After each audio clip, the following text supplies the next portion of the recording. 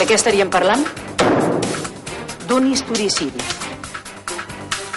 Cristòfor Colom no tan sols era català, sinó que el poder va tergiversar la història expressament per amagar-ho. És el que assegura una pel·lícula documental que avui s'estrena a Barcelona i de la qual parlarem d'aquí uns minuts.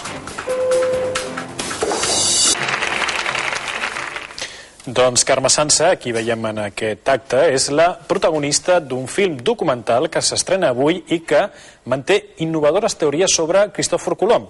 Diu, per exemple, que era de Barcelona, que no va simpatitzar mai amb els Reis Catòlics i que les 3 caravel·les van salpar cap a Amèrica des de Pals, a l'Empordà.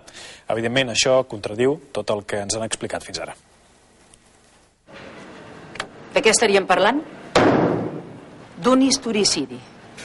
Un assassinat històric amb connotacions polítiques molt greus. D'historicidi ho qualifica Carme Sansa, l'actriu que pregunta, investiga i remou la història tantes vegades explicada de la conquesta d'Amèrica per Cristòfor Colom. Avalat per les investigacions del filòleg Jordi Bilbeny, David Grau porta al cinema aquesta teoria de la conspiració que afegeix encara més polèmica a l'entorn del popular personatge.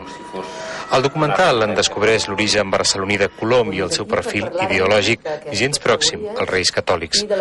No és estrany, doncs, coincidir amb la tesi dels que diuen que la història oficial va ser reconstruïda i adaptada a les necessitats del poder.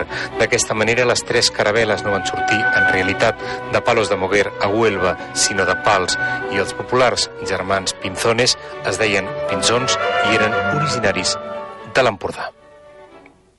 Que estem parlant de qui s'apropia un continent amb totes aquelles riqueses, esclaus i el nou comerç que s'està destapant.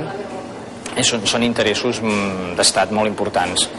En la presentació del film, l'historiador Jordi Bilbeny acompanyava el director. Els seus llibres van ser l'origen d'aquest documental que des del cinema Verdi Park capgira totes les lliçons d'història apreses i la majoria de llibres publicats.